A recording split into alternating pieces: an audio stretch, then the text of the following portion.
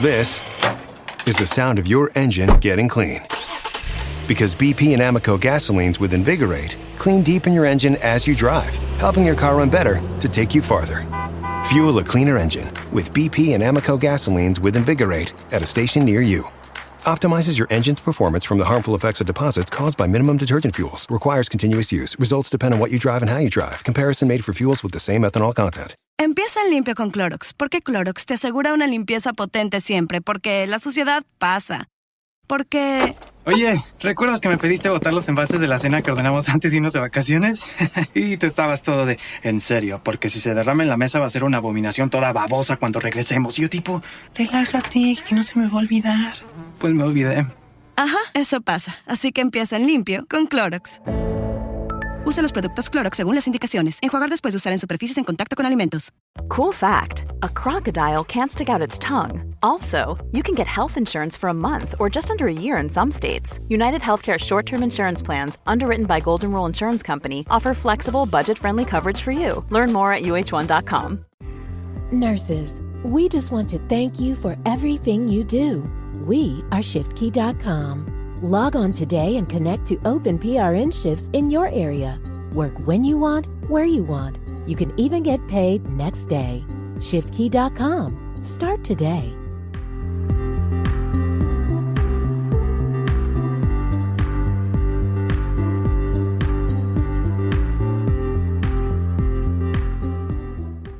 This podcast is brought to you by drunkmummysobermummy.com and made in association with HelloSundayMorning.org, changing the world's relationship with alcohol, one Sunday at a time. Oh, the kettle's boiled. Great. Perfect timing. Should we get started then? I'm Victoria Vanstone. I'm Lucy Good.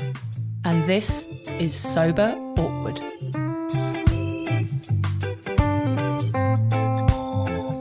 Right, Lucy, over to you. Thanks, Vic. So whatever stage you're at on your sober journey, and Vic and I are at completely different stages, you'll know that life without booze can at times feel, what do you reckon? Awkward. Lucy and I invite you to listen to our podcast where we discuss the realities of sobriety, the good, the bad, the ugly, and the cringingly embarrassing. Our honest and open chats will help you discover what it really means to be sober. Yes, we're here like a dodgy bottle of port from your nan's drink cabinet to take the edge off sobriety. And together we can learn how to feel the awkward and do it anyway.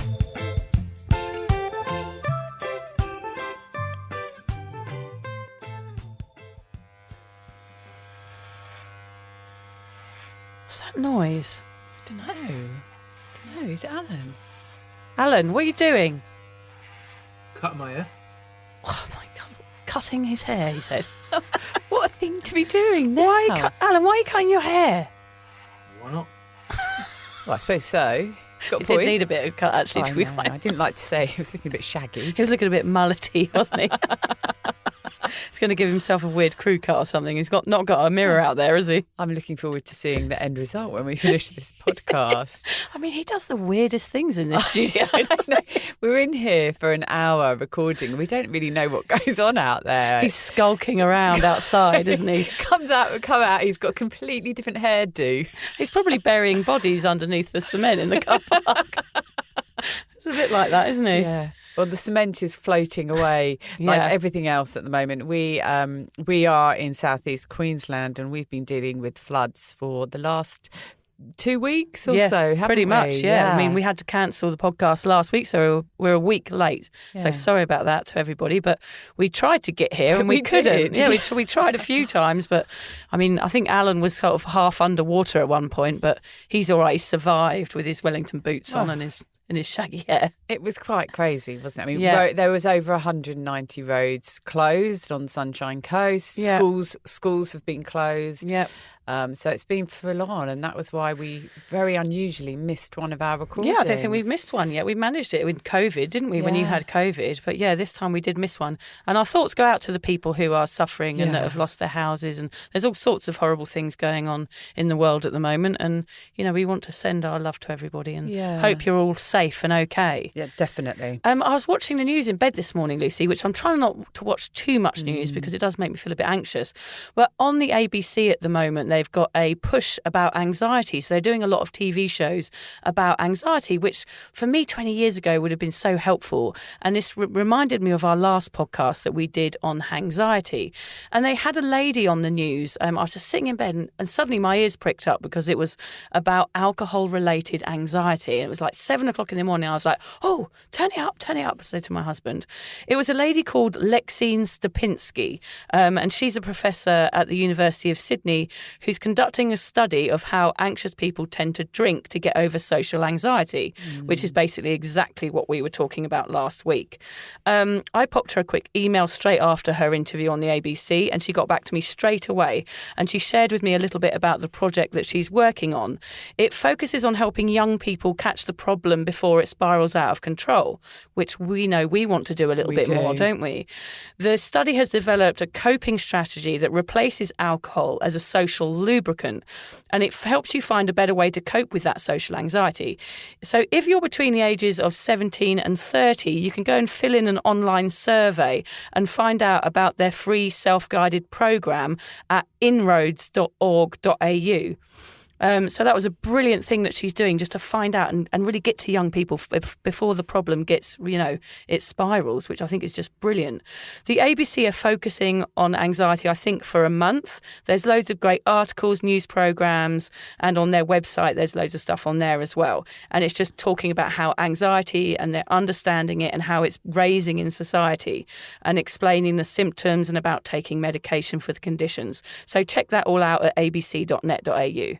Yeah, I just wanted great to mention her. Thanks for Lexine for putting the word out there for that and doing a study on it, because it's something that's really important to us as well. Yeah, it is, and perfectly timed with our last chat that we had about anxiety and anxiety in general, which I think is affecting more and more people with COVID and with our floods here and with the war over on the other side of the world. It's all scary stuff. I mean, I think we all feel a level of anxiety now, don't we? And I think we're learning that talking about it and being open about our anxiety and about our drinking, this world is changing. We're starting to be able to talk about our shame and talk about the things that have scared us before, which is wonderful. So, get onto that, everybody. Yeah, definitely. Great. Thanks for that. Yeah, so what are we talking about today, Lucy? We're actually, we went a bit off of path, didn't we? We had a topic that we were going to do, but we changed it. Yeah, we've gone rogue. Yeah, we've gone rogue because Vic and I went away for a couple of nights to Brisbane. Yep. We took ourselves on a little break midweek, abandoned the kids. Yes. Vic abandoned her my husband. My favourite pastime, abandoning my children. Oh, it was wonderful, wasn't it? Yes, it was lovely. Bye. Except I was a little bit on edge because I had to leave 2 teens in the house on their own. Edgier. But it went very well. But Vic and I went away for the weekend, well, not the weekend, midweek, to Brisbane, which is just an hour and a half from us, booked into a really nice hotel. And the idea was just a break. That was all. But like everything with Vic and I, it turned into a sort of a project of analysing what life was like having a break when you're sober. So we sound very relaxing. Analysing every moment of our lives. We do, though. We do, which is where this podcast came from these sort of chats and revelations and, wow, let's talk about this some more. So we had quite a weird experience away, just trying to do a weekend in a city without drinking.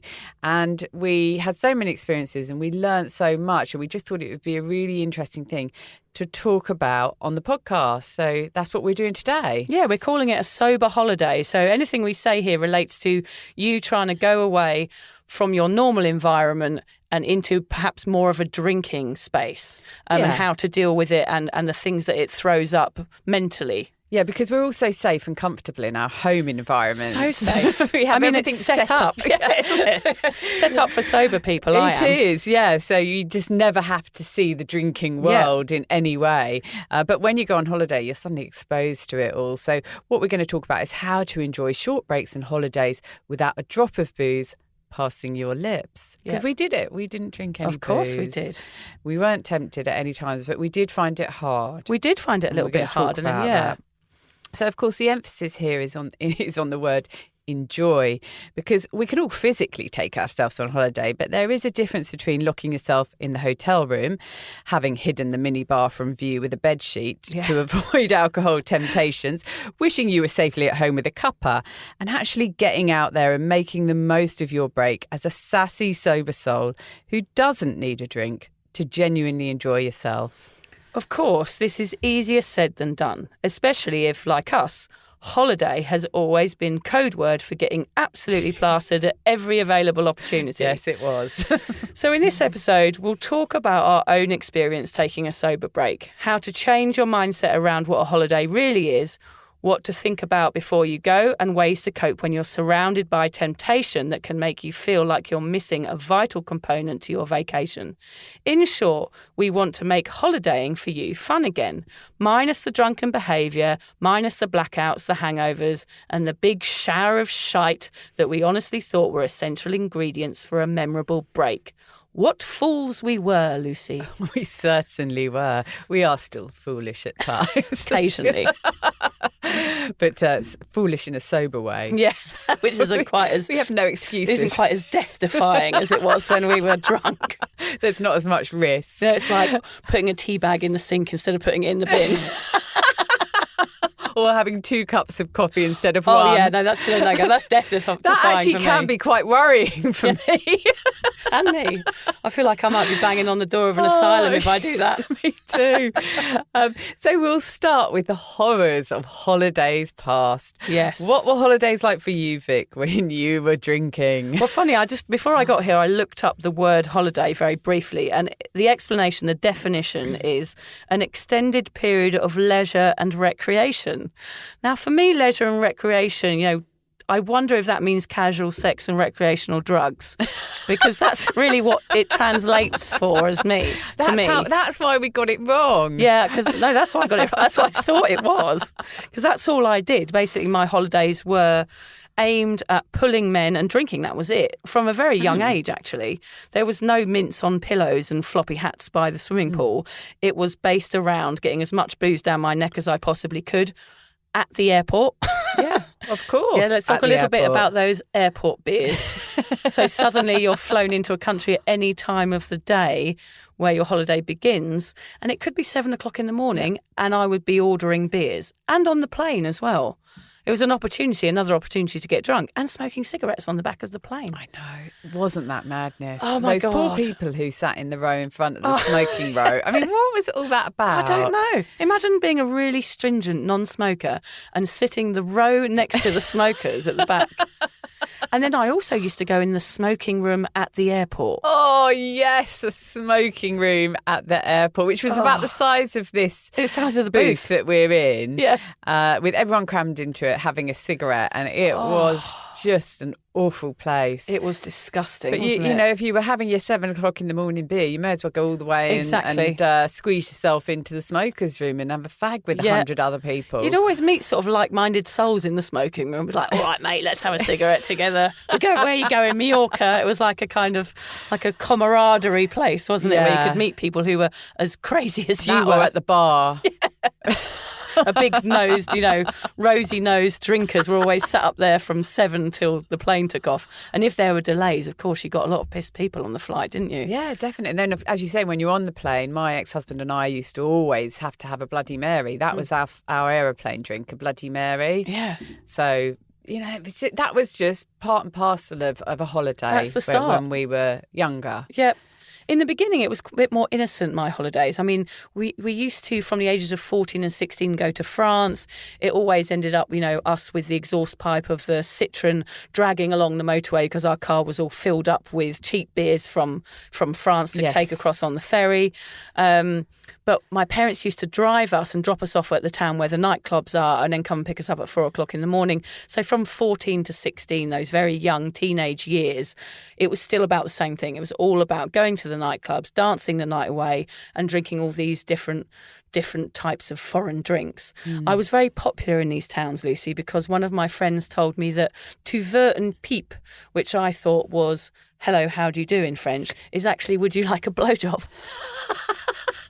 So you can imagine I went down quite well with the French boys. Yeah, so I was going around to, instead of saying hello, how are you, I was actually offering fellatio to the young gentlemen in the bar. And you were ever so popular and enjoyed your holiday a lot. Yeah. Yeah, I thought I came back with a few venereal diseases, but apart from that, it was a good... An aching drawer. Yeah. Sorry, we've gone off. I off. knew this was going to happen. Yeah, that's too much. Oh, dear, Lucy Lou. Okay, well, I did ask you about that's true. holidays, and we do like to be honest. But then, of course, I'm going to go on from that. There was the holidays to Greece, the girls' holidays. So you go from those...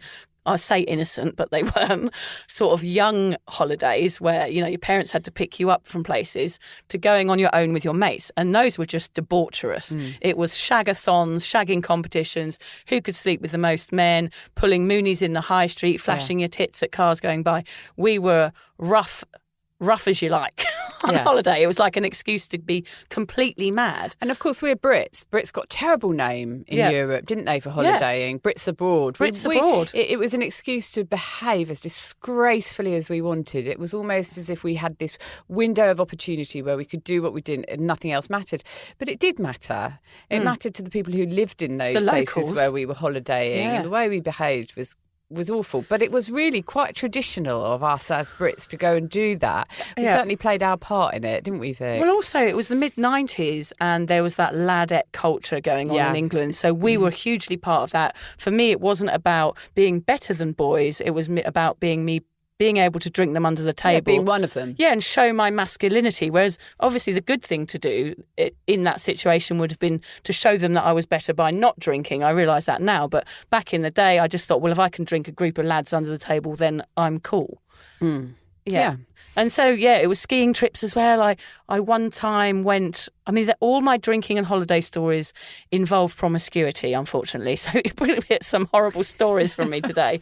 But one of my favourite or worst, depending on which angle you're coming from, was the night I had fallen in love with this ski instructor on the mountain, completely sober, bumped into him at the bar at night, dragged him back he dragged me back to his room, which I didn't know really where it was, whipped his trousers off, and he had like an enormous penis.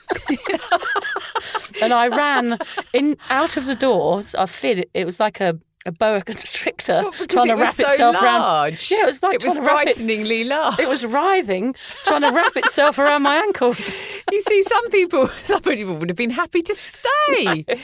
No, I was out the door and I ran into a snowstorm, not knowing exactly where. Screaming? Were you naked? Screaming, half naked, in a snowstorm. And it took me hours to find where I was staying. And when I came back, the doors blew open and all my friends were there and I was covered in snow and I just went, I've just seen the biggest willy in the world, and then passed out on the floor. They never let me forget that story, my mates. Oh, God. And that is true. I thought you were going to say you got lost or something. It's reminded me of a number of times, particularly one when I went with my ex-husband before we were married. We went to Paris and got absolutely blind drunk. Couldn't find the hotel. Yeah. Could not find the hotel. It took hours to find it. So then we got to the point where, because you didn't have phones and GPSs and things like that, whenever we went travelling after that, we'd take a card from the hotel. So whatever happened, or we some could petals, find it. Petals that you dropped behind you as you walked from bar to bar. Because you've no idea where you are. You're in a completely unknown place. You get off your head. You can't find your way around. No. I think it was the altitude as well when you're skiing and places like that. It was different altitude and different alcohols. Excuses, Vic. But you were drinking stuff that was really strong, like schnapps and all these really strong liquors. Yeah, knockbacks. I'm lucky I didn't die that night, really, because I was lost in the snow. Right, I know it's terrible, really. I know we laugh about these things now, but I was lucky to be alive and survive that night. Well, we often say we're lucky to have survived. Yeah. And then, of course, Lucy, after those holidays, I went off travelling, and that just became my my life was a holiday where I just drank all the time. So my life plan generally, Lucy, is to feel like I'm always on holiday. That's always how I wanted to live my life, which I do a bit now, just minus the alcohol, live in a beautiful tropical location. But those days it was all about the booze, you know, the beers at the airports, the promiscuity. For me, being on holiday meant hunting down willies and then running away from them. Whilst drinking lots of alcohol. Basically, that's it. And squeezing yourself into smoking rooms at the airport. Yeah. It doesn't sound like leisure and recreation. It sounds like a mission that often failed and nearly ended in my death. But they sound just like my holidays. Unfortunately, they are. I'm sure we've been to the same places at the same time. It wouldn't surprise me at all. But yeah, I mean, often holidays were spent in a blur. You'd spend all this money on your holiday, but you don't really remember very much of it. And exactly the same, not just the airport, Vic, but every day you'd get up and it wouldn't matter what time, at 9 o'clock in the morning, we can have a beer, we're on holiday. Yep. Now, if you went on a 2-week holiday, you're drinking a hell of a lot if you're starting at 9 in the morning, and you would go all night long. I used to travel and go on holidays a lot with my best friend Rachel, and she's somebody I do compare myself to with drinking, because we were up for partying and drinking and everything that we did that was naughty on the party scene, we did together, and we did to the same extent.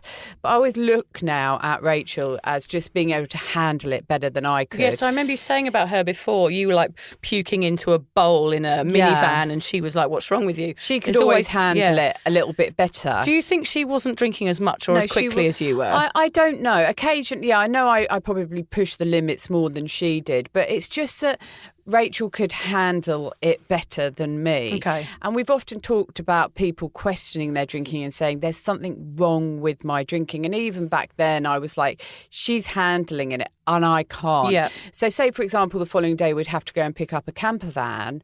I would just be so off my head and hungover the following day that I'd be literally, there is a photo of me lying on the pavement outside the camper van office while she's in there sorting out the details. Yeah. And after many years, it did come to a point where, rightly so, she was like, I'm just so sick of being the one who has to sort everything out, because I'd just be a heap. I'd be a heap of pissed up mess because I was drinking, or I'd be a heap of hangover. And it's not much fun holidaying and travelling with someone like that. And it's like you're ruining her leisurely time away because she's ending up looking after you and sorting out all the boring jobs. Yeah, and that was how we were. Rachel always looked after me. But that's what I think of when I think of holidays. Yeah. And there was lots of times when we'd go on holiday and we'd disgrace ourselves so badly that we would have to move to another town or another place or another hotel. Yes. So it was a lot of like going, getting completely pissed out of our heads, doing something so awful that we had to move on. Really awful, so awful that you just couldn't bear to spend another day there. And that's part of that anxiety as well. A lot of it because we couldn't remember what we'd done and we just assumed it was terrible. It probably was. Yeah. I particularly remember a time when Rachel used to live in Tenerife, which I guess that people in Australia may not have. Yeah, it's a bit of a party island in the Mediterranean, isn't it? It's off the coast of Africa. Oh, is it? Sorry. But it's a Mediterranean island. Oh, it is, isn't yeah, it? okay. Off the coast of Africa. It's quite far down. And it was a really popular holiday destination. I remember going over to see her. And off of Tenerife is a tiny little island called La Gomera. And myself, Rachel and her boyfriend decided to go over there, spend 2 days there and one night and visit the island. We had all these plans. We had to go over in our car on a ferry. And we got over there and we basically just parked up the car on the edge of a sort of a cliff, a deserted part of the road, and just partied in the car all night. We had lots of party provisions as well as alcohol. Right. And we just stayed in the car all night, getting completely off of our heads. God. And the following morning, we took a photo of the car and you could just see where we'd got out to go to the toilet and there were bits of toilet paper. And other than that, we just stayed in the car, got back in and drove back over to back on the ferry and over to Tenerife. Didn't see any of the island. Right. We may as well have just got in the car in the driveway and partied in that. I think what you're making me realise here is that our drinking holidays, like our holidays, like when we're supposed to be relaxing and having a nice time, was us just taking a party, a full-on rave to a different location and not experiencing the things that you're supposed to do on holiday, which is visit nice places, relax by a beach. There was so much chaos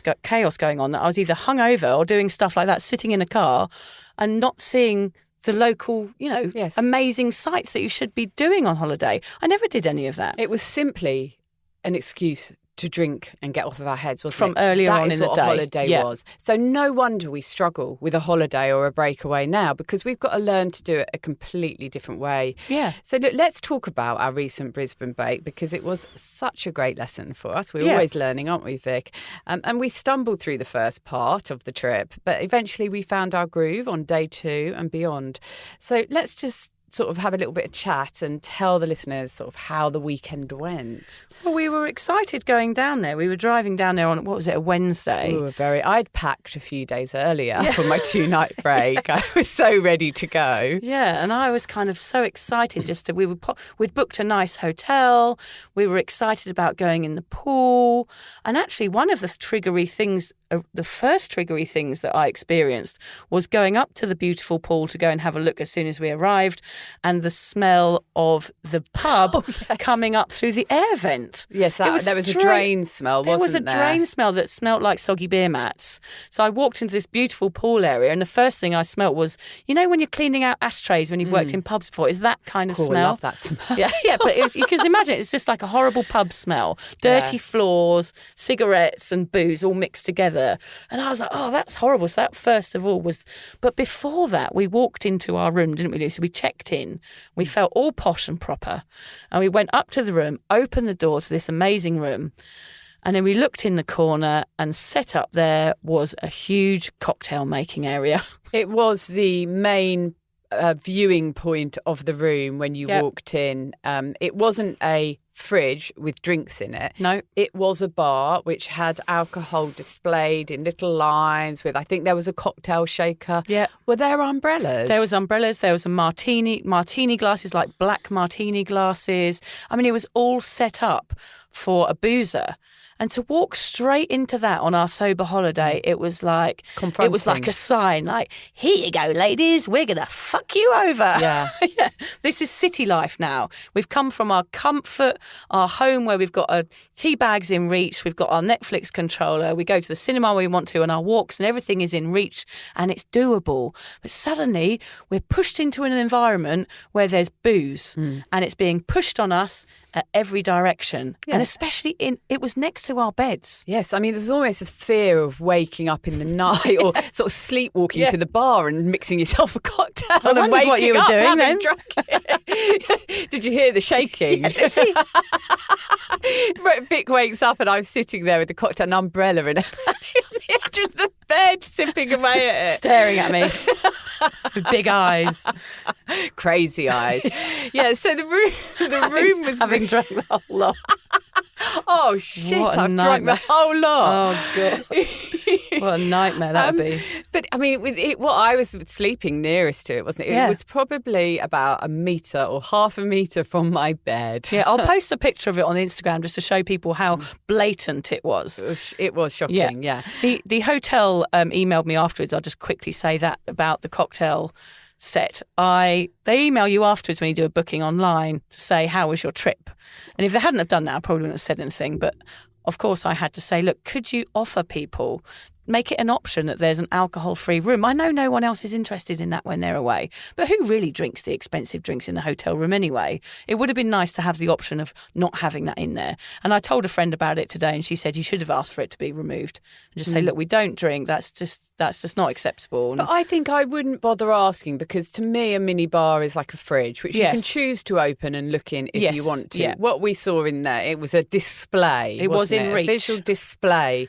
And I know they put it there because they make money from it. And you say nobody drinks that, but you ate the gold chocolate, didn't you? I did eat the golden chocolate. There was golden chocolate there. Yes, so that's true. Yes, I was out of chocolate, and I did reach into the cocktail area very briefly and snatch out the bar of gold chocolate. And yeah. then we were guessing how much it was going to cost on we were wrong. checkout. It was $15 for a tiny bit of chocolate. That's why they put it there, because people spend crazy money. And desperation. Like if you've been out drinking and you want to carry on the party, of course you're going to dig into those. I've done it myself many times. Yeah, I would have done too. So what we did was we escaped the triggery hotel room. Yeah, and the stinky pool. Went up to the bar and pool area.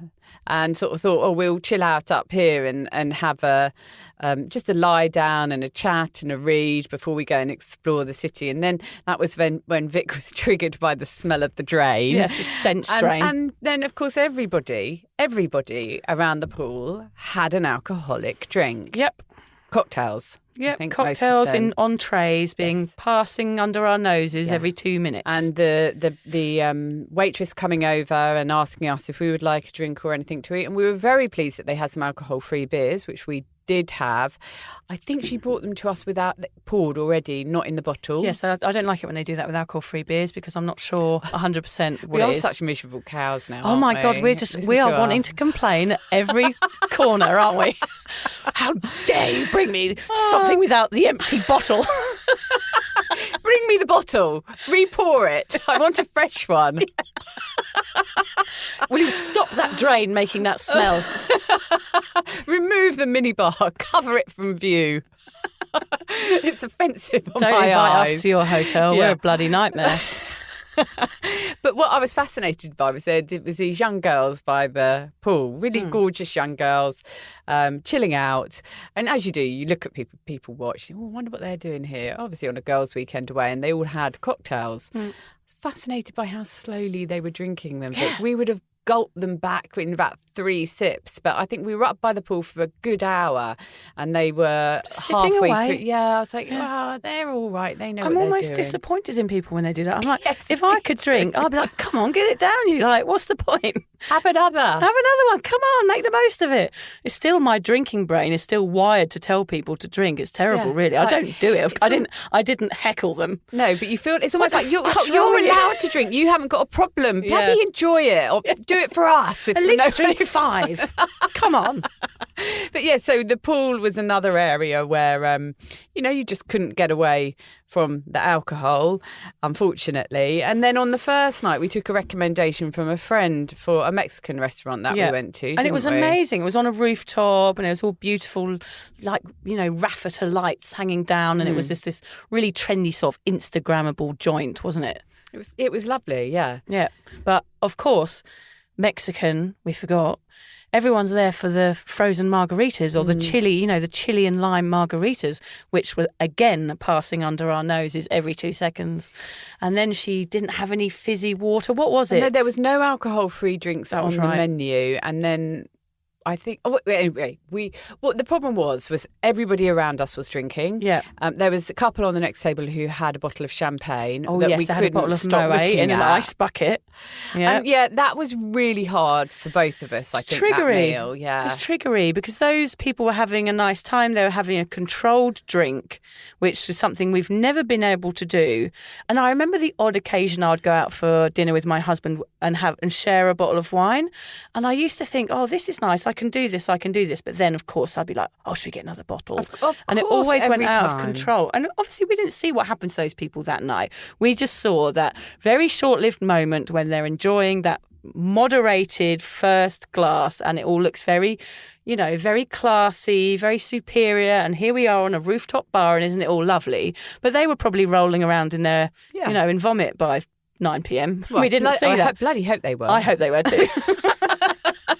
But it was hard for us. And then we got totally lost on the way home. We were like 2 country bumpkins in the big city lights.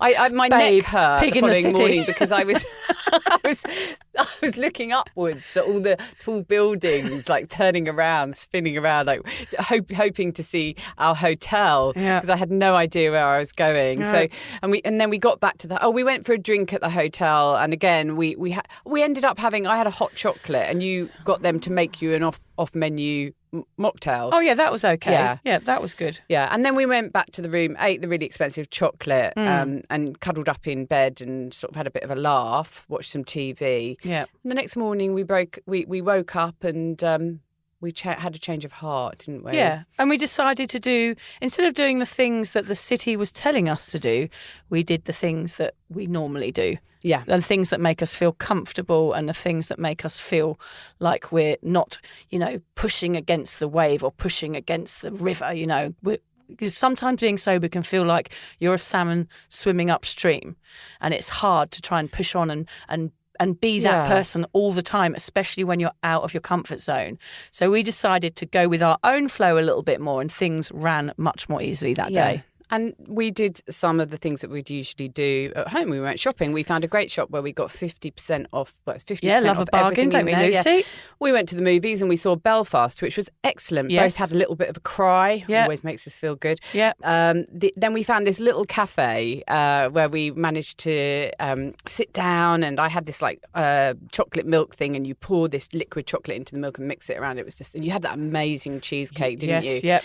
And we loved that cafe. And we were like, this is a cafe we've been looking for. This is what we wanted to find. But what was so funny about it was actually when we looked around, there were bottles of booze all around the edge of the cafe. So at night time, it must be a bar. So even in a place like that, it's hard to get away from it. It's everywhere in the city. It was everywhere. That's what we found, wasn't it? It was just everywhere. But it was just a matter of working out where we could go and handle it. Yes, and a little cafe like that was perfect. And the highlight was the electric scooters. We discovered being able to get electric Yes, scooters. we were brave. All our listeners would have been very proud of us. We got on the scooters and we spent 2 hours exploring the city on those, and it was brilliant. Yeah, that really with the wind was blowing in our hair, because weren't it we? was so hot and sort of traipsing around the city is really hard, especially Brisbane. There's lots of big bridges going over the river, and you want to explore the whole of the South Bank, and then you've got Queen Street on the other side.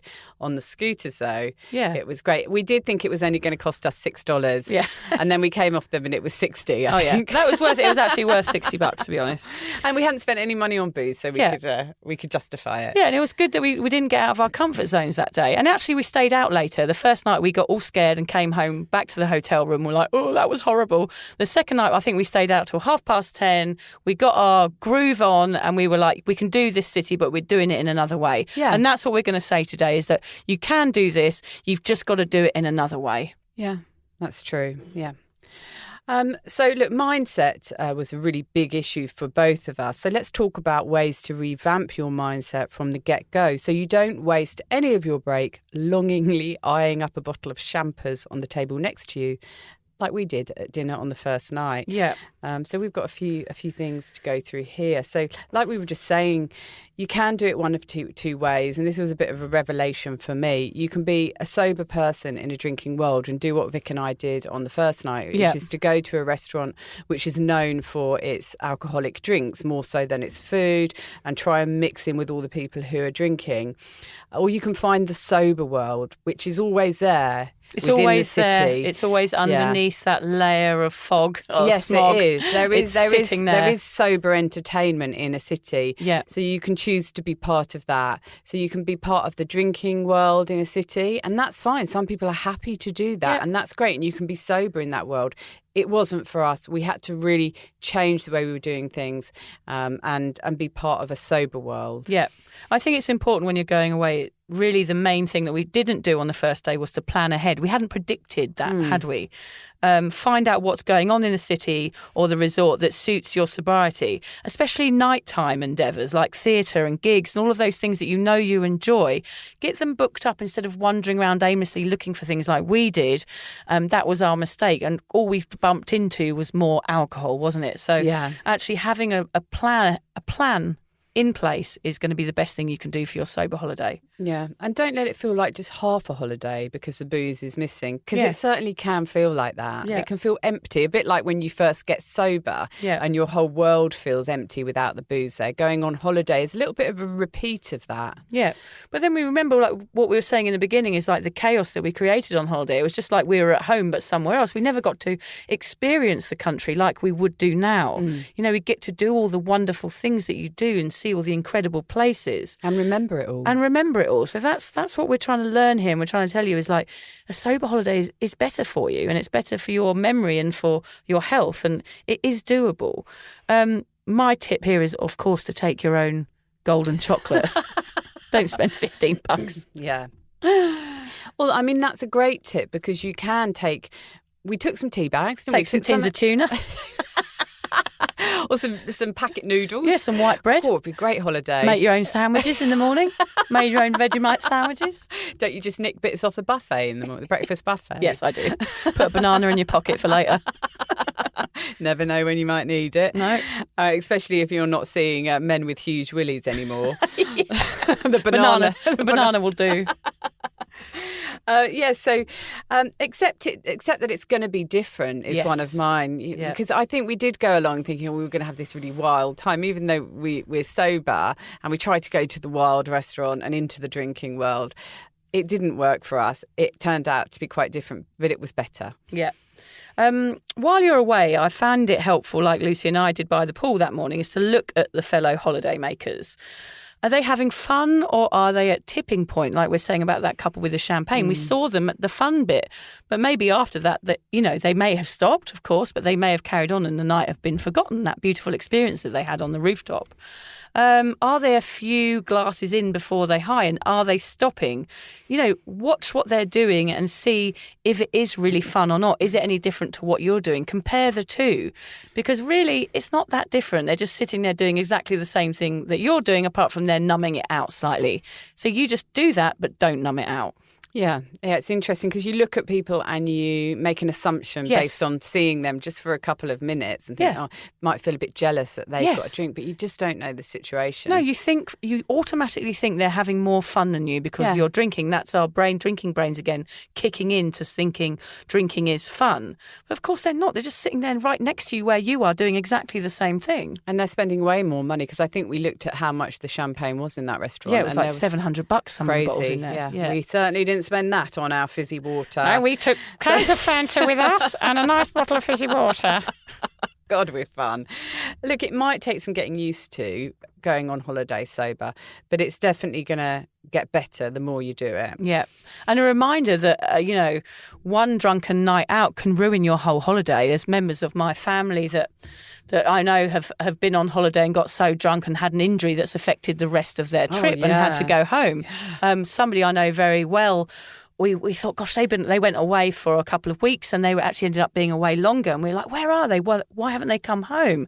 And actually they were doing community service in the country where they'd gone on holiday for, because you thought they were there, they stayed longer, extended their holiday. They told us they'd extended their holiday, but actually they were had been arrested and were doing community service in the country of their holiday. You don't want to get arrested in another country. Not a good idea. No, and also that reminds me of the story that I've told before on here where I got driven out of the resort in Thailand for kicking a door in. And I can't remember it. I'd done those awful buckets. I mean, that ruined my entire trip. It was one night I was there. I was supposed to be there for 3 weeks. And I had to leave the next day because the manager drove me out. Gosh. I know, terrible, aren't I? What a horrible person. Forgive me. The manager might be listening to this. Yes, sorry, manager. Don't allow the holiday vibe or the rhythm of the city to beat you. By that we mean don't get caught up in it. You're simply in a different location. Exactly. That's a really good one because you feel like you're in this completely different world, because we are really, because like we were saying, we do keep ourselves within the security of our sober worlds when we're at home. So you just feel like you're out there in a completely different space and it's quite frightening. And then you have to pull it all back and go, hey, it's literally a different location. That's all it is. I can handle this. Try not to fantasize. Oh, and Giorgio, the guy that sells the sunbeds, is not as sexy as you thought. Oh, what? Yeah, because you fantasize about what a holiday romance is, and then you've got booze on top of that, of course. So you're falling in love and you're drunk. It's not a good combination. No. So just remember, don't fantasize about booze, and don't think that Giorgio that has a sunbed, he's probably got herpes and has probably shagged someone the night before you. So, and he's probably got sand in his bum crack from bonking on the sunbeds. Once you've had a few beers, he looks like a Adonis. Yeah. Oh, Giorgio! You're quite happy to pay extortionate amounts for him to lay out a sunbed for you. Yeah, you might be dealing with Giorgio for a couple of weeks after at the STD clinic. Not as much fun then. No. Another sort of mindset thing is to be prepared for booze to be everywhere. Like we said, it was the mini bar in the room. It was the cute cafe that we found. It even had booze sort of lined up in a display around the side. By the swimming pool, it was just everywhere. So just be ready for it. Unexpected alcohol, we call it. Yes. Could be at any turn. It literally is. Yeah, soak up the culture. That's what holidays are for. Breathe in the freedom of being away from chores, away from work, and appreciate it. Look forward to healthy holidays now that COVID seems to be slowing down. We're lucky to be here. It's something we've said a lot in our pandemic episode that we did a few months ago. It's like we're lucky to be here. We've survived this, we've got through the pandemic, and I know the world seems a bit fucked up, but we're lucky to be here. So enjoy your time and don't numb it out. Yeah, that's a really great one. I mean, it's okay when you're on holiday to do stuff that you might do at home. Vic and I were saying, maybe we shouldn't go to the cinema because we can do that at home. But it doesn't matter. And you might consider perhaps that to be boring, and some of the things we did in Brisbane to be a bit boring. Reading a book by the pool. I mean, Vic's got a swimming pool at home. We can do that at her house. Or just shopping. We can do that anywhere. But it's nice to do it somewhere different. So don't write off those simple things that you enjoy doing just because you're on holiday. Yeah, you need to redefine what a holiday is to you and reframe it. We love that word, don't we? Reframe the holiday into something new, into something that suits you and something that suits your mission to stop drinking. Yeah. So we've talked about the mindset side, to prepare yourself. Prepare? Potato? How can you prepare before you leave, and not on the mindset side of things, to make sure that your trip is a triumph instead of an alcohol avoidance obstacle course? Yeah, that's basically what it can feel like sometimes. I mean, pack games, things like Uno, cards, Scrabble, crosswords, give Wordle a go. I've started doing Wordle every day. Just little things like that to keep you occupied. I know we sound so boring. I mean, I turned up to a girls' weekend a couple of months ago with my trainers and a Scrabble board, and you could see them roll their eyes when I was like, "Hi, I'm here. I've got the Scrabble." The Scrabble. Yeah, but they were all playing Scrabble by the end of the night. Yeah, yeah, they were probably off their heads. No, they weren't. Remember that you're no longer mainstream, and what by that I mean that maybe try and think that you're a vegan or you're gluten intolerant. So finding the right places for you is harder for most people, but they are out there. So just, again, that takes us back to planning where you're going to go and eat and where you're going to go and drink and where you're going to go in general, just to make sure that they're not going to be alcohol fueled. I think I'm generally intolerant. Is that a thing? Yeah, of everything. Yeah, I'm just intolerant. Of the world in general. And that doesn't come with sobriety. No. Generally, you get calmer. Yeah, the doctor asked me if I've got any allergies. I just say, no, I'm intolerant to everything. And one of my really good tips, Lucy, is put on a chastity belt. Yes. If you go on holiday. Even if you're sober? No, actually, I don't think you'll be shagging around as much if you're on those girls' holidays. But that can be quite hard, because if you're on weight, if you're younger than we are, and you're going away on one of those holidays with your mates and everybody's out every night getting absolutely plastered, and because they give away free alcohol to the girls on those holidays, don't they? The men are trying to get you into the bar saying, come on girls, free shots. And that is going to be really hard when you're someone that doesn't drink. So you need to be prepared for those situations. You try and maybe imagine yourself drunk at the dinner date or going out with someone, how that would work out and how that wouldn't last probably. It's probably better if you're away to try and find someone, if you are looking for a date, try and set up something during the day. There's apps and things you can use now to go and have breakfast with someone, to have lunch with someone, and do it properly. Those sloppy shags at 3:00 in the morning on a sandy beach, they're not the most memorable thing, are they? You just wouldn't do them sober either. You wouldn't, no. But I guess what you're saying there, Vic, is that it doesn't mean you can't have a holiday romance. No, I'm saying have a holiday romance. Still do those things. I mean, there's nothing wrong with a bit of, when you're young. Hanky-panky. A bit of hanky-panky on your holes. As long as it's safe and sensible. Yeah, and consensual, of course. Yes. Yeah. We've already talked about planning and how important that is. Just remember that being sober is harder than gravitating towards the nearest bar. That's a really easy thing to do, isn't it? Just go to the nearest bar. Planning. Doesn't matter what it's like. Just go there. Start drinking. That's easy. Doing something different is hard. Yeah. I think if we'd known about the minibar in our room, we could have phoned ahead. That's something you can do. Find out in advance before you go on holiday what the drinking situation is in that country. I mean, India was great for me because people don't drink in India. But of course, I found a bar that sold it. Yes, I did in Morocco. I found a secret one, and you had to drink the the beer out of a teapot and teacups. And we all sat around with these tiny little teacups, like necking beers and pouring it out of the teapot. Any which way. And I found a coconut alcohol bar as well. So it's all hidden. It's all like this secret underworld where you can get alcohol, actually. But yeah, don't do that. That's what we're trying to say.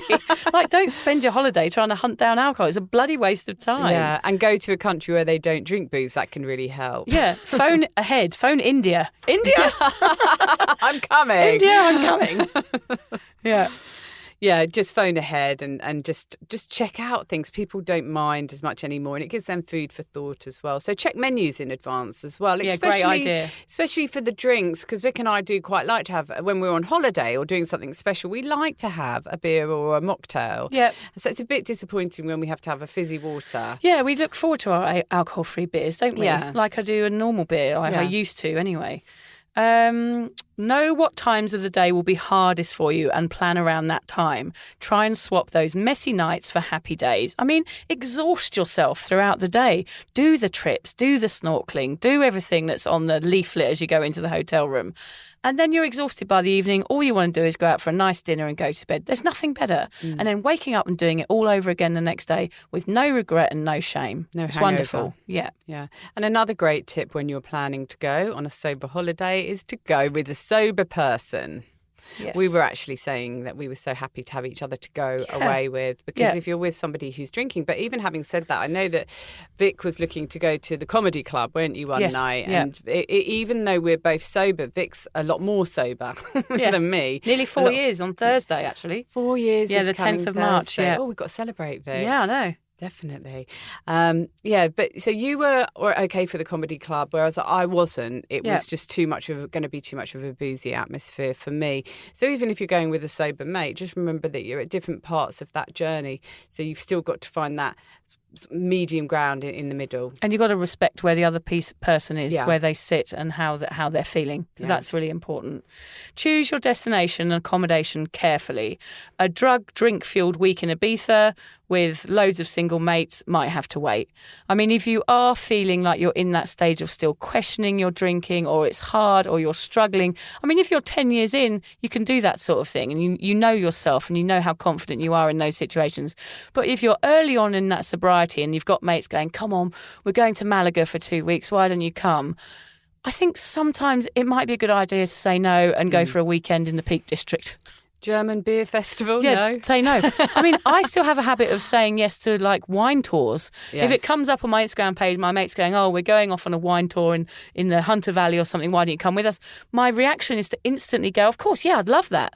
But then I know, no, I don't want to go on a wine tour of a vineyard. That's not what I want to do. Really is the worst But it takes thing, me a moment to go, no, that's not going to help me and I'm going to not enjoy that. Yeah. So just think about your answer if people are inviting you somewhere like on one of those girls' holidays or blokes, lads' weekends away. Think about it. And think about what the reality of it will be and whether you're ready for it. Yeah, it could just be too hard. Too hard. So play a few scenarios out in your head before you step out of the hotel room. So what will you say if you're offered a beer? We've talked about this quite a bit, about excuses when people ask you why you're not drinking or if you want to drink. Think about how you're going to deal with any pushy mates that you're on holiday with if you are holidaying with drinkers. And what excuse do you have to leave early? Do you know where the emergency exit is? Yeah.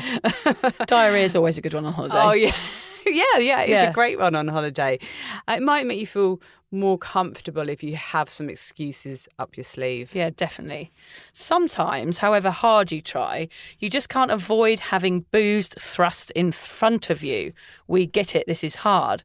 Let's talk about how to cope with these stressful situations, Lucy. What do you do? Oh, yes. Well, as you know, I usually avoid them 100% by never going. Oh, yes, the Queen of the Hermits rises again. I find that's a great way. Avoidance. It's avoidance. Brilliant. We don't. But what we will say about avoidance is you are allowed to avoid things. Of course. Your boundaries are so important in your sobriety. I will mention I did go to a party last weekend. Oh, yes, you did. Yes, I did. Good I girl. went to a party. So, yeah. I mean, you were saying how it'd come such a long way. Yeah, amazing. Yeah. You couldn't have gone to a party 6 months ago. No, there you go. Did. It was awful. Yeah. No, it wasn't. It was great. It was good. Feel the awkward and do it anyway, Lucy. Yep, You're I doing that a bit bloody more. did. Yeah, she's doing it a bit more recently. Look, my advice is if you get into a difficult situation where there's lots of people drinking, on a night out or on holiday, just get out of it. And plan ahead, like we just said. Make sure you've got your car there. You haven't got anyone else relying on you for a lift. Yeah. Do whatever it takes and just walk out. And again, like we spoke about, if you see other people drinking and you're feeling highly jealous of them, just think about where they're going to be in an hour's time. Yes. You may have walked back to the hotel room, or you might be going for a nice walk along the beach, or you might have gone for an ice cream. They might be on their second bottle of wine, and that usually doesn't end well. So have a little sort of comparison. It's always good to think of other people They'll feeling probably shit. have Giorgio biting on their neck or with his tongue in their ear. Yeah, well, we've got to keep Giorgio busy. There's got to still be some drinkers out there. Otherwise, Giorgio won't have a job. I love you, Victoria. Did that work every time? I was about for to you? say, actually, one holiday romance I had, he looked at me straight in the eye, like these beautiful blue eyes, like beautiful tan skin. He looked at me straight in the eye and went, "I think I love you, Christina." I was like, I'm not fucking Christina. Who is Christina? But I'll have a shag anyway. Yeah, I'm so sorry. I was like, all right then, don't worry about it. Let's go. I would have let it go. Yeah, I did. He was hot. That's all that mattered. Well, he probably wasn't. You just drunk a lot. Probably wasn't. A really good way to deal with it if you're surrounded by alcohol and you feel uncomfortable, and Vic and I do it a lot, is we kind of laugh at the alcohol culture and mock it, don't we? We sort of say, oh, God, how ridiculous. Why do they have to have alcohol there? That's so unnecessary. And it just, somehow by just making a bit of a joke out of it, it does make it easier to manage. It makes us sound like miserable swines because we're like, why can't you see the bigger picture? But it is funny when you look around you and you just see alcohol everywhere in completely unnecessary places. Just take the piss out of the alcohol just like, why are you doing that? Just stop doing that. Yeah, be like us, because we're so cool. Be we miserable don't need like it. us. Yeah, miserable fuckers. One of my tips, if you're feeling a bit stuck on a holiday and people are drinking, is just head out and find the best cake shop in town. Great idea. I think that you can't beat a cake and a cup of tea. That's what I love. So that's what I'll look for on a holiday. So it's up to other people might think, oh, I just want to do something sporty. So find something sporty, do what you enjoy instead. And also learn from your holiday. Vic and I thought we had it in the bag, I think, when we left for our break to Brisbane. We weren't at all worried. I wasn't worried. No, I wasn't worried at all. Really Didn't even think about it, to be honest. Yeah. I thought I'm with the master. I'm with my guru. She's going to lead the way. But we were shaky there at first, and we learned a lot from it. So when we do it again, we won't waste the first night wandering around completely lost like a pair of wallies. Yeah. We'll be doing something more fun, heading out to a restaurant that's more suitable, and finding activities that are really cool for sober people. Yeah. So just keep learning. Yeah, keep learning. I mean, stressful times will happen. There are going to be people who you meet on holiday who don't know you and that they're going to try and make you drink. That's one thing that probably will happen. Because no one tried to pull us, did they, Vic? No one tried to pull us. No one tried to buy us a drink. Yeah. I don't know why. No, I don't know, because we were in bed by 8:30. Everyone was only else just going out. Oh, well, that's our excuse anyway. Yeah. If we had stayed out later, they would have been They would have been queuing all up. over us, wouldn't they? If someone says, come on your holidays to have a drink, I mean, just say to them that their absence is required. That's always a good thing. Just say, look, go away. I'm not dealing with you. This isn't, you've got your words prepared. That's what we're saying about being prepared, is like, be prepared for people like that, because they are going to come around. They are going to be annoying. Nagging, jeering, cajoling and peer pressure will occur. Let it slide like water from a duck's back. The opinions of others are irrelevant to your journey. They just don't understand your struggle. So you've got to be prepared for that, because people are drinking all the time on holiday and they're not going to understand you, especially if it's people you've just met. So, yeah, just look out for that. They don't know who you are. They don't know your journey or your troubles. So just ignore them. I've got a good tip here. If people gang up on you and you feel overwhelmed, crawl up into a ball and rock backwards and forwards, crying for your mother. Great. Love it. I'm going to try that one next time. Try that one while you're out, Lucy. I'd like to be there when you do it. Not really. Leave. Don't crawl up into a ball and rock backwards and forwards. Or write your name in excrement on a wall. Yeah, don't do that either. You might get arrested.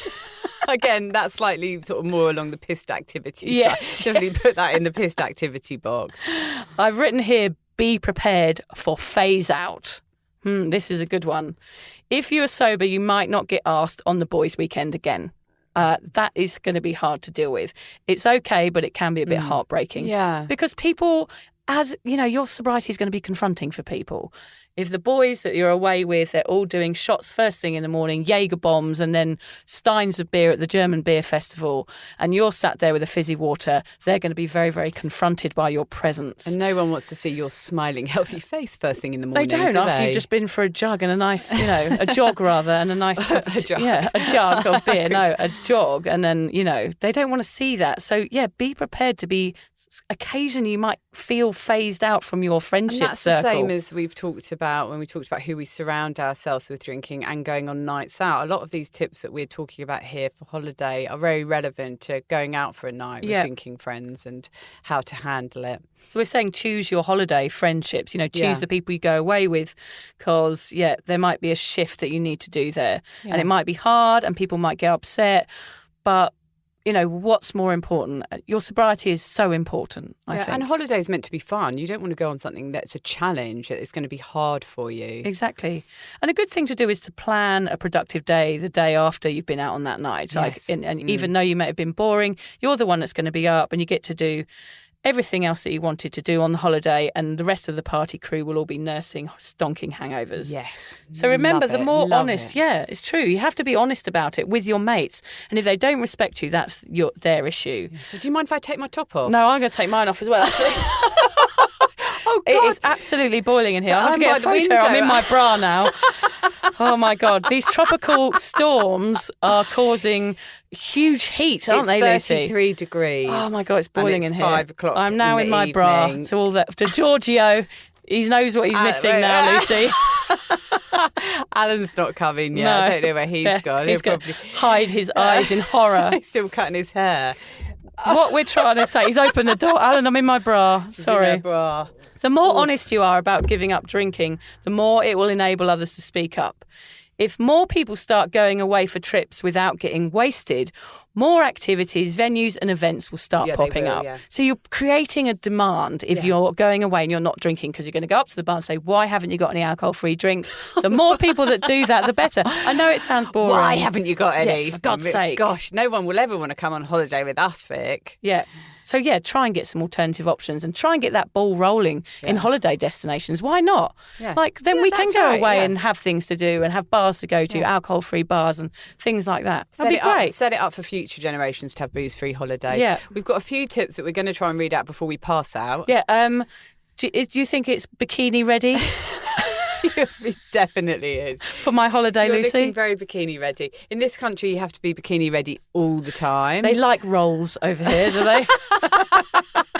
No, you look ravishing. Middle tyres. I love your neutral coloured bra. Yeah, thank you. It's Is it almost... neutral or was it once white? Yeah, it was once white. It's just really dirty. We've got some tips and Okay, you takeaways. start. Okay. If, like Lucy and I, your past holidays were debaucherous breaks that left your reputations, bank accounts and livers in tatters, this is a great time for you to reframe what a holiday means to you.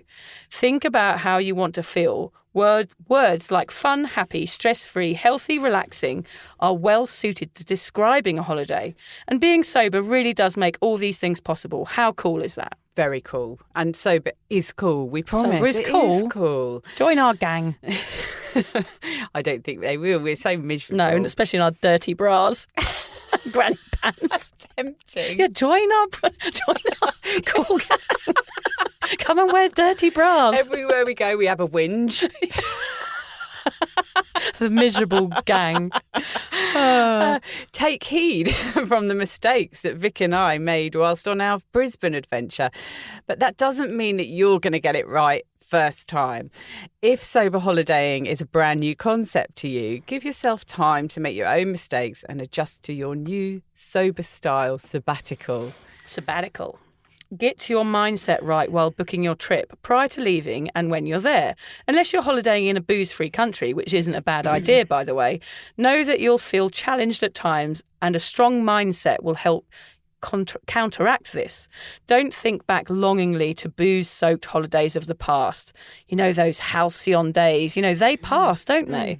They might have been passable when you were 18, but now there is so much more to life. That's true. They were fun once. But it's like drinking in general. We've done it. We've done it for so Been long. there. We've done the boozy holidays. Now let's do the sober ones, just for something different to do. Just for something new. So our most important tip from this podcast is to be prepared. Remember that you are no longer mainstream. In fact, you are special, and we mean that in the most wonderful way. Find lots of sober activities to partake in. Hunt down the restaurant with the best mocktail list in town. And tell the hotel to yank out the minibar and replace it with the best coffee machine money can buy, a selection of high-end teas and a choice of off-the-scale cakes to satisfy your every need. Well, at least tell them to remove the minibar. Yes, we should have done that, actually. We should have phoned them up. We didn't, there. but we're learning, and we're trying to let people help people through our mistakes. Yeah. When visiting a new place, it's easy to end up somewhere where unexpected alcohol is. It's going to make you feel uncomfortable. Think about how you'll handle this. That is without locking yourself in the hotel room for the duration of your trip. Know your triggers and know your sobriety survival techniques. And if you don't have any yet, you are welcome to borrow ours, as mentioned earlier in the episode. Yes, exactly. Borrow ours. If I make a mistake, I want as many people as possible to learn from my mistake, because it makes it more worthwhile making it. Yes, and you've made loads. I've made heaps of them. I think we're going to learn a lot from you. So many, yeah. I and I'm still making them. Yeah. The lesson continues, never ending, infinite. We've got a lifetime career here with you, Lucy, I think. Remember, we all need to get away. We need breaks and holidays. Don't not take them because you're too worried about how they'll work when you're sober. A sober holiday is like a trip to paradise. As you get to truly relax and rejuvenate, we reckon practicing holidaying sober is a great excuse to take as many short breaks or holidays as time and money will allow in order to truly master it. Yeah. So don't end up at the STD clinic after your next trip. Get prepped, follow our tips and try a sober holiday instead. Then all you have to do is look back at the wonderful memories and the exciting adventures. Not with Giorgio and without herpes. Ideally. Yeah, ideally. Just laughing here because there's just a random note Yeah, here. I don't know what that is. Did you see I skipped it? I was like, what the fuck? I thought, what on earth that is? It says Vic holiday in broom cupboard. I don't know what that means. I'll probably remember later, go, oh shit, I had a funny story about me being on a holiday in a broom cupboard. Oh, well, you can tell it next time. Yeah, I don't remember that. It'd be completely irrelevant irrelevant to our topic, but we'd love to hear it. We'll be waiting. Maybe that's maybe next time that's our advice is, if you want to be safe, just go on holiday in your broom cupboard. Just stay in there with all the dustpan and brush. Yeah, don't get tempted then, do you? That'd be my style of holiday. Yeah, it would be. All right, Lucy, you're right in there. Another 2 weeks. All right, Alan, what are you doing in there? How's your tan going? Alan's in the broom cupboard. Okay, we've got a quote which is by Lamine Pearlhart. I don't need alcohol to see the world in its depths. I carry the sun in me. I love that because it relates to holidays and we're always going away to follow the sun and, reframing it, as we say, like what we're trying to say, Lucy and I, in this podcast is, remember, it's not holidays that bring the sunshine, it's happiness. The sun is inside you, it's in you all the time, and it is sobriety. So let that shine. It doesn't matter where you are, you can let that sunshine shine from within you. Oh, you sound like you're preaching. And may all the stars fall upon thy... I would stand up and start cheering, but I think I'm going to pass out. You can kiss my toes in a minute if you like. I can't wait because I'm sure I'm a bit sweaty. Yeah. I just got a very quick book recommendation. So hot. It is so hot. Book is by Mary Carr. She's one of my favourite writers. I'm not sure whether I've mentioned her before, but I love her. She wrote a book called Lit. Mary Carr's best-selling unforgettable sequel to her beloved memoirs, The Liars Club and Cherry. Lit is about getting drunk and getting sober, becoming a mother by letting go of a mother, learning to write by learning to live. A beautifully written memoir about her darkest hours and her resurrection. She's just a fantastic writer, more than this being a quick lit book. If you just want to read a beautifully written book about alcohol, then that is the one for you. It is one of my favourites, so enjoy that. All right, I think we're going to have to stumble out now. I'll give you a quick flash. Want a quick flash? Yeah, I'll get Alan to take a picture of me in here in my bra. Not that anyone really wants to see that hideous sight. Thank you for listening. Thanks, guys. Enjoy your holiday.